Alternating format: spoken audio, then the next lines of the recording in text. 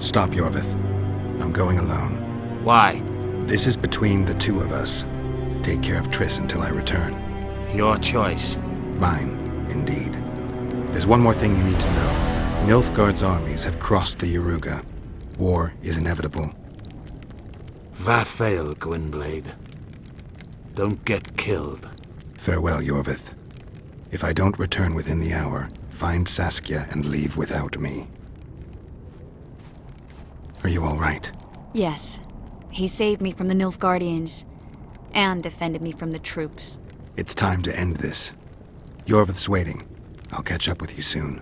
Geralt, he knows a lot. I know, Triss. That's why we need to talk. Don't get killed, Witcher. I won't.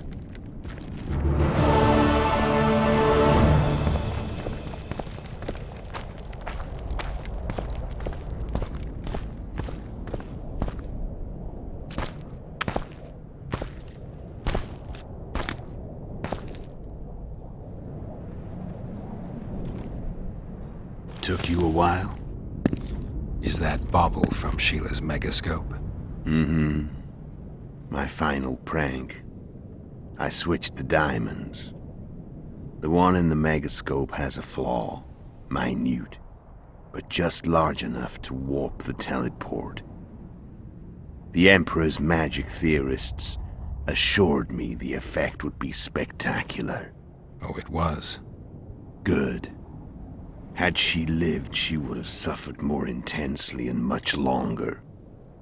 She helped me quite a bit, through naivety and pride. I would not have gotten far without her. So, ready to lay your cards out on the table?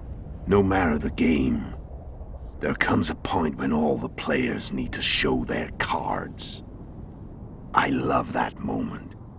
But first, vodka. I suppose my throat's a little dry. In that case, let's drink to old friendships.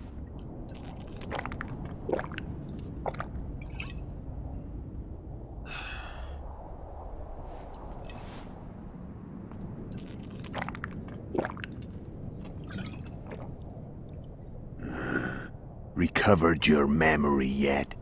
Not entirely. Remember how we first met? Yeah, I saved your life. Couldn't think of a nicer way to pay me back? Frankly, I couldn't. I mean, taking care of another man's woman, Yennefer. I can't fathom what you saw in her, but I suppose there's no accounting for taste. The winter solstice 1270. Midinvern, the night of magic. Letho wasn't lying, the hunt had stopped. At the Hanged Man's Tree, the spectral riders selected from among those they had taken. Yennefer was among them. A wraith cannot be killed, only driven away. Every Witcher knows that. Yet the riders fell beneath the blows of our Witcher's blades. Crimson blood flowed from under their dead men's armor. We could not kill them all. They were simply too many. A stalemate. He was different from all other elves. There was no shame in his gaze. He had never suffered persecution. He had endured no massacres. Humans had not taken his land. This elf was not of this world. He was an invader. We struck a deal. My soul for that of Yennefer. He agreed without hesitation.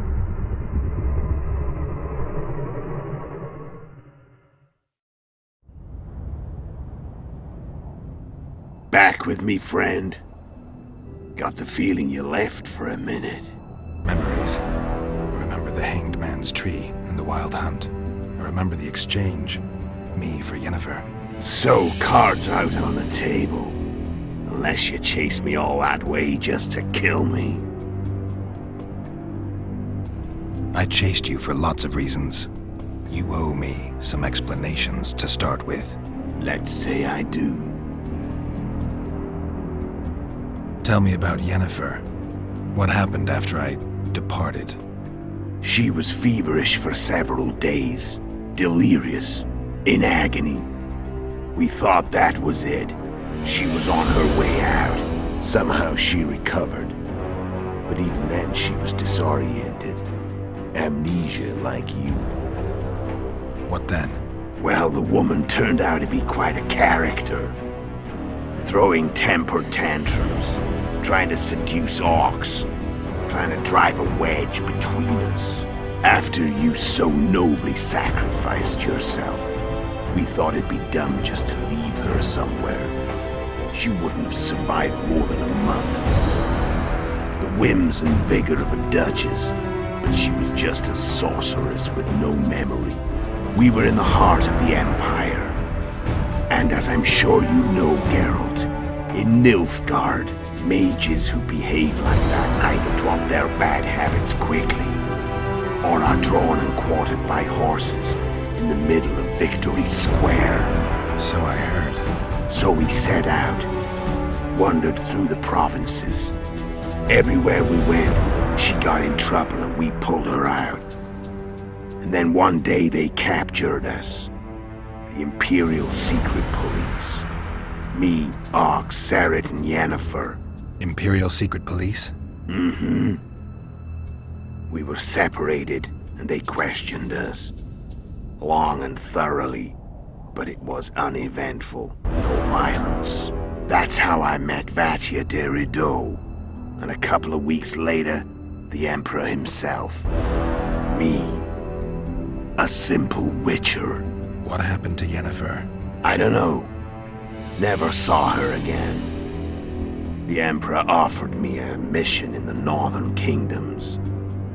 As for Yennefer, I had the feeling she was somehow important to Emir. As I see it, they learned of the Lodge from her. Those Imperial spooks have their ways. All I heard is that Vatir had his men watch Yennefer closely throughout the time she was at the palace. Then we went off to slay the kings of the north. And that's where my knowledge ends. So she's in the Empire. She was when I left.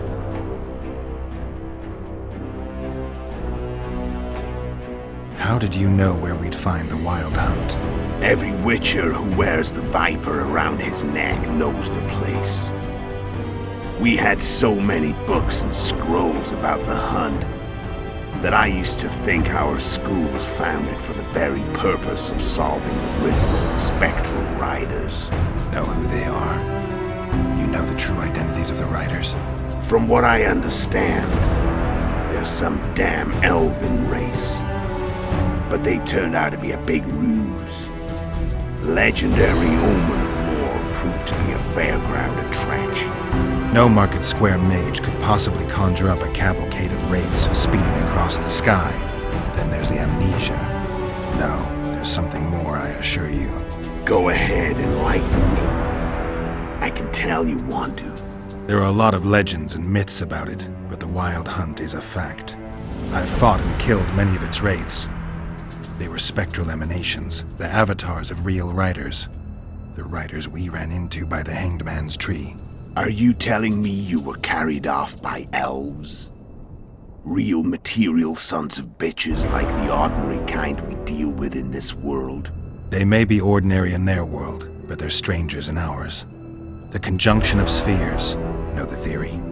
Do you know how monsters appeared in our world? There's not a witcher who doesn't know that.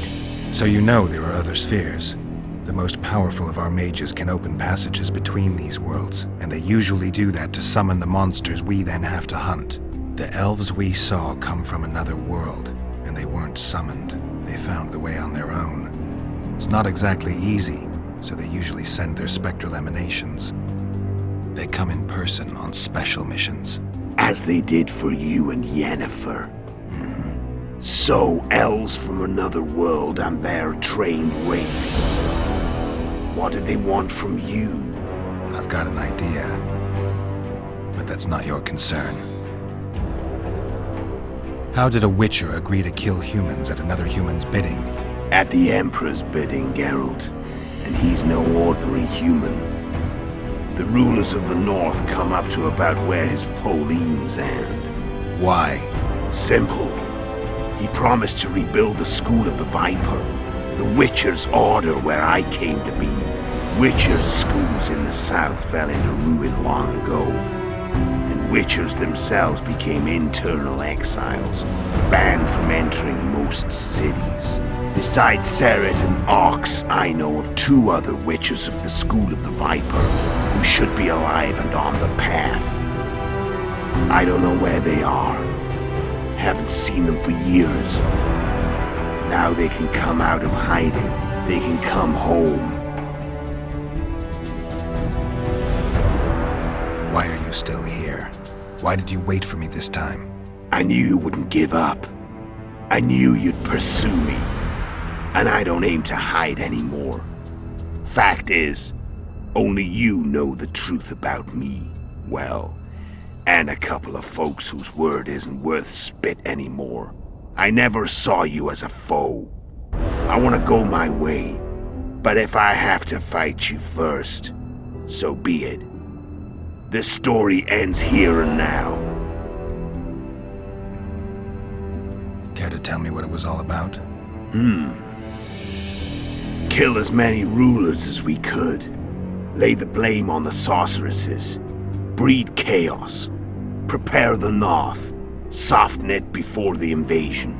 And you know what's incredible? We could not have imagined more fertile soil.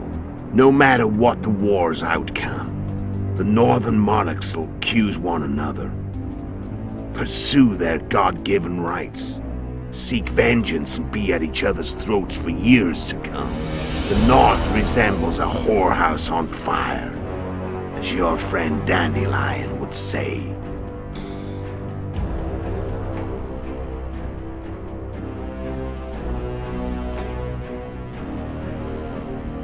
Care to tell me what... And you know, no matter the North...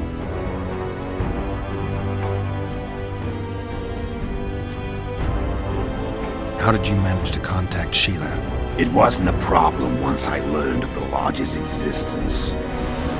Initially, she watched my every move. But sooner or later, everyone starts treating me like a big oaf.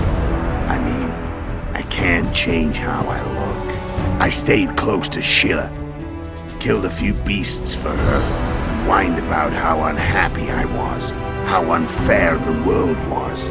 So much, in fact, that I actually got her gander up a few times. I made sure a few potentially trustworthy witnesses saw us together, could link us. Security in case I was captured. I also prepared to assassinate the King of Kavir.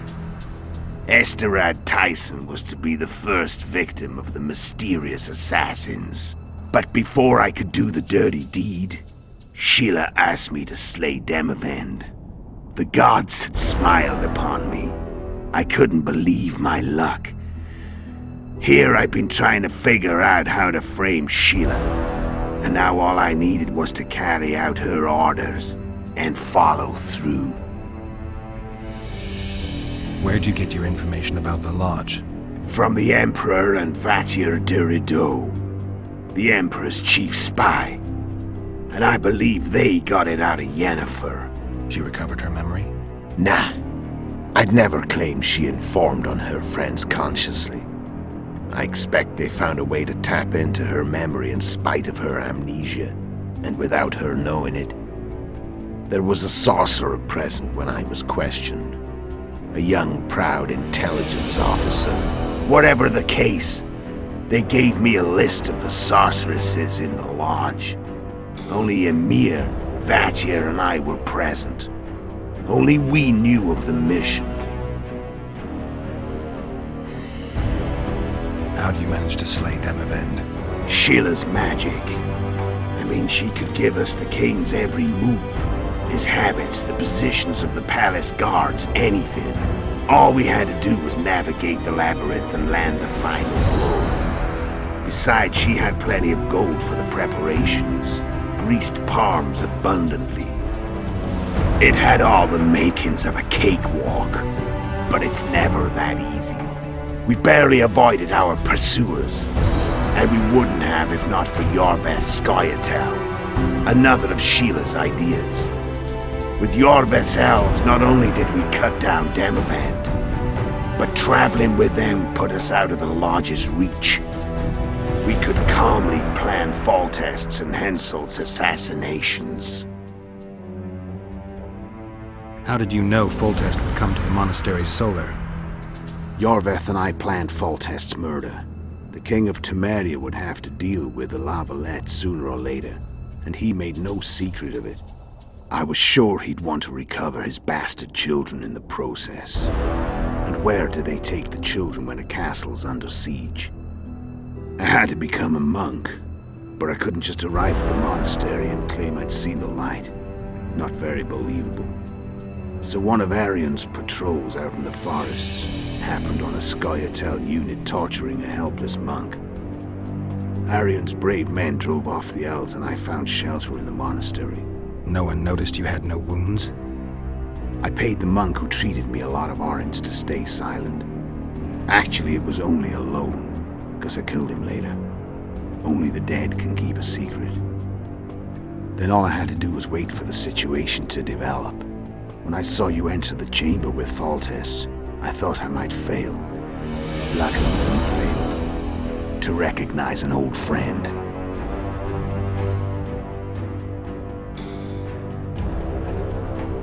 When did you decide to get rid of Yorveth? As soon as I realized I couldn't manipulate him. A true fox, that one. He was so observant, so dangerous. I got the sense he might see through me at any moment. You made a mistake. You were untouchable as long as the Scoia'tael were protecting you. Maybe, but with Yorveth, my hands were tied. If I'd finished off Kieran... But you didn't. And that allowed me to drive a wedge between you and Yorveth. I forced you to flee. And I let you live. You know I could have killed you. You're forgetting. No, I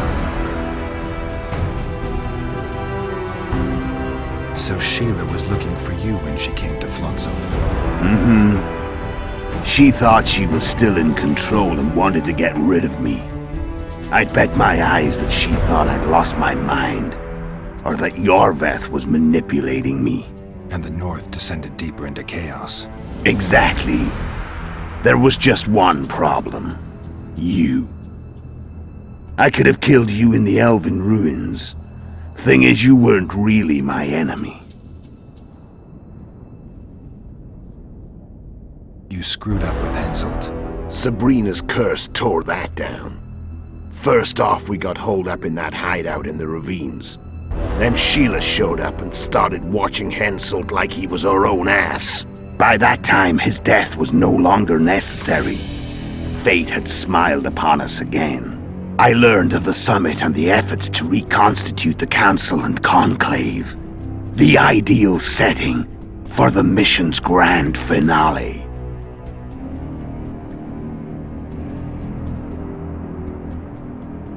I'm done talking. Let's finish this. Want to fight? Any vodka left in that bottle? A swig apiece.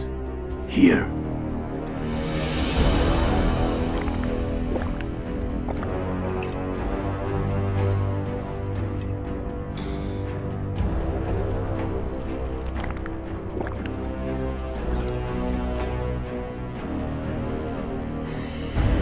The Imperial army is probably crossing the Yaruga as we speak.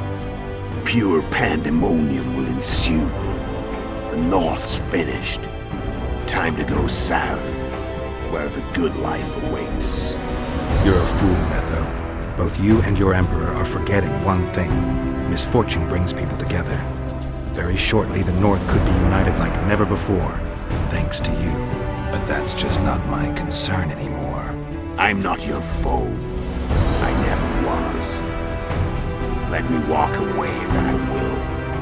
You'll never see me again. Force me to fight, and this time I'll kill you. Time to fight. Ready? As I'll ever be. You feel death. What does it feel like when you're almost dead? Fight. The wolf has teeth. And they're sharp. I'm bad. I can tell. Of course you can. You tire quickly.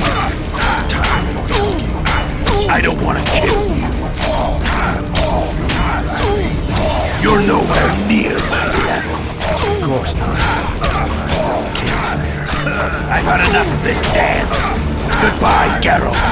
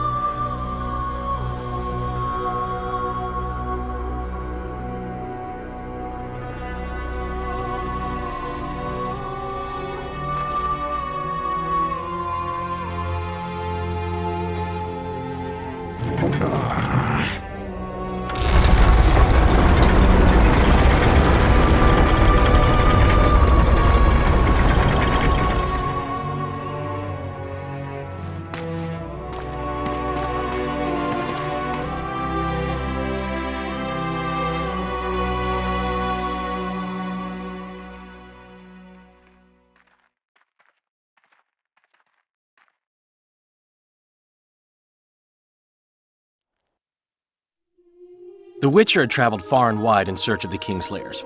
Along the way, he had met both the righteous and scoundrels, Bernard Laredo amongst the latter. Laredo sold Flotsam to Kedwin and scattered the local non-humans to the four winds.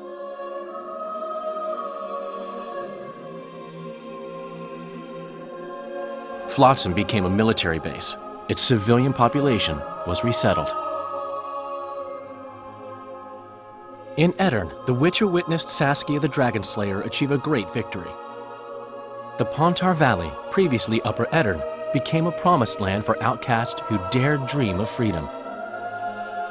Even sly old Zoltan Chive came to believe in this land of bliss. Yet dark times approached for the architects of the New Order. Dark clouds had been gathering over Temeria since Foltest's death. Stripped of its king, the land was like a rich cloth which nobles began to shred. These minor scavengers, however, scurried off in fear when true predators reached out for their prize. The summit at Loch Muin sealed the fate of Foltest's realm, when Radovid of Redania and Henselt of Kedwin divided it between them.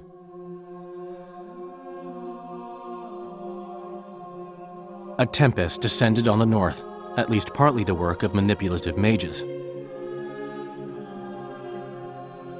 It seemed the turmoil in Temeria, Edirn, and Kedwin would benefit them most. Common folk turned against sorceresses and all magic freaks, witchers included. Castles that had hitherto welcomed mavens of the magic arts now shut their gates to any who sought shelter there. a witch hunt ensued.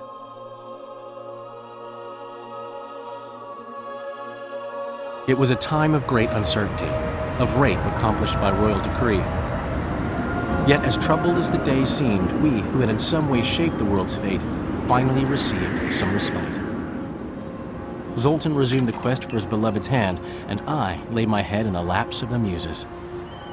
Who could have known this tempest which had ravaged the north was but a harbinger of darker days, and the preamble to an entirely new tale of Geralt of Rivia?